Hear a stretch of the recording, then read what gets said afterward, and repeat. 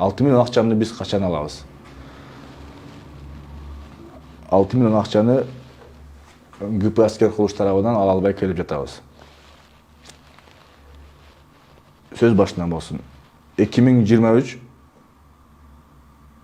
сентябрдын 20-ларында биз ГП аскер курулуш менен келишим түзөбүз, жылытуу системасын жасап берген. Келишимде мындай болгон: өзүңдүн акчаң менен кирип жумушту башташың керек. Биз ага макул болуп, өзүбүздүн акчабыз менен кирип жумушту баштаганбыз. Бир жумадан кийин акча которуш керек эле. Бир жума 10 күн аралыгында биз келишимдеги жумуштун 90% аткарып бүтүрүп коебуз. Ошол кезде бизге акча которбой, кайра күтөбүз. 5 күндөн кийин акча которот, келишимде айтылган авансты.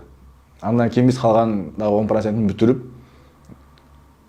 жумуш тапшырып беребиз. Биринчи объектисине. Экинчи объектисине келишим түзгөндөн кийин бул жактын акчасын которот. Экинчи объектибиз бул Суворовский лицей казарма немедеги жалдагы. Ошондон бери акчабызды алып албай келатабыз. Алып келген калгандын акчасы ошо 6 миллион 89 миң калды. Жакшы эле жумуш келип аткан, ошол кезде жакшы эле жумуш кылып келип атканыбызда ГП аскер курулуштун директору кандайдыр бир себептер менен иш козголуп камалып кетет. Ошонун себебинен башталып бүт могул азыркы күнгө чейин акчабызды ала албай келип атабыз.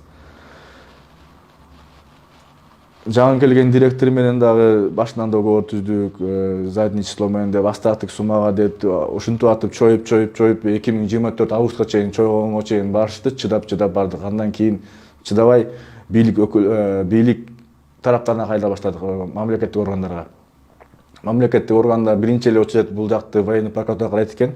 Ошол жакка кайрылдык, военный прокуратурага. Бир эмес 3-4 жолу кайрылдык. Ал жакка кайрылсак деле биз аскер курулуш тарабынан кылмыш ишин тапкан жокпуз. Гражданский порядкта сотко кайрылган дейт. Сотко кайрылак десек, ал жакта эле госпошлинасы бар экен, кайрылганга аксыр акчабыз жок. Акчам жок жынчына келгенде. Поставщиктерге, базарларга рабочий иштеткен балдарыма бардыгына карызмын. Ошо элдерге колунда иштеген балдарга, базарларга карызыбыз бар. Ошону төлөгөндүн айласын вариантын таппай кыйналып кеттик. Бизге окшогон жеке ишкер жаш ишкерлерге кыйын экен. 6 миллион сом аябай чоң акча болуп атат. Кайсыл жактан алышты, кимге карыз аябай кыстагандарга карыз алып, кредит алып берип атабыз.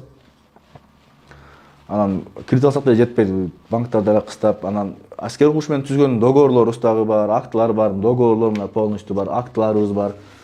Акты выполненных работ, мындай законный основанияда болгондо, мындай юридикалык жактан полностью таза.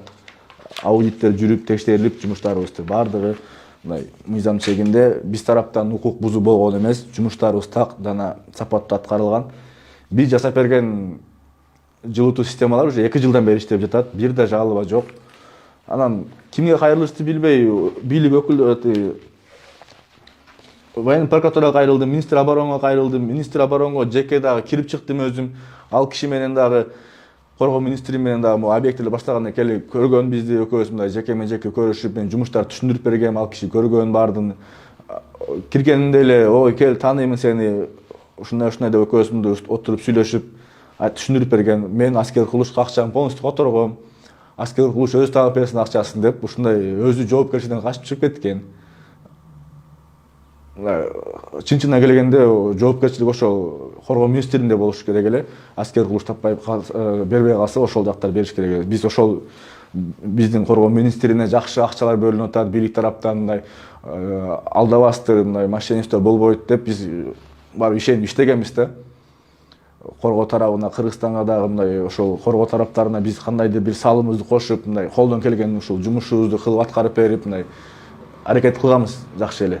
Кагаздардын бардыгы бар, письмолор бар, кайрылган жактарданчы, бирок эч жактан результат чыкпай жатат. Военный прокуратура болсо бизге кайрылбага деп койду акырында, акыркы 3-4 жолу жазганында бизге кайрылсаң биз мындан кийин сени каттарыңды окубайбыз деле, карабайбыз деле деп коюшту да. Башка ГКМга жазсам деле, бүт баарынан окшош эле каттар келип атат, бири-бирине мындай сведения, копия переслать этип коюпчу, бири-бирине текшерилге деп. Ошол эле жооптор келип атат, биринен келген бирлер. Коргоо министринен деле ошол эле жооптор келип атат. Биз азыр жакында уктук, аскер курулуш жоюлат экен дегенди уккандан кийин бизде дагы түшүк пайда болду. Сарсана пайда болду, уйку жок. Аскер курулуш жоюлуп кетсе, биз акчабызды кимден алабыз деген. Акчабызды кимден алабыз деп Коргоо министрине кайра бардык, жаздык. Ал жактан деле ошо аскер курулуш жоюлуп, реорганизация болуп, кайсылдыр бир мурас кору дейби, ошол мурас кору алса, анан бүтүп жүрбөт дегенсип бизди тынчыбызды, бизди мындай алаксыз атат да. Азыр билбей калдык. Урматтуу президентибиз Садыр Нуркожоевич жана УКМКнын башчысы Камчыбек Кыдыршаевич, сизге кайрылат элем. Ушул биздин маселебизди экөөңүз эле карап бербесеңиз, тийиштүү мекемелерге буйрук берип, төлөттүрүп бербесеңиз, сиздерден башка эч ким буга күчү жетпейт окшойт, же кандайдыр бир көңүл кош мамиле кылтабы, экөөңүздөн сураныч, сиздерден сураныч, мындай ушул биздин маселени чечип бергенине буйрук берип коюңуздарчы.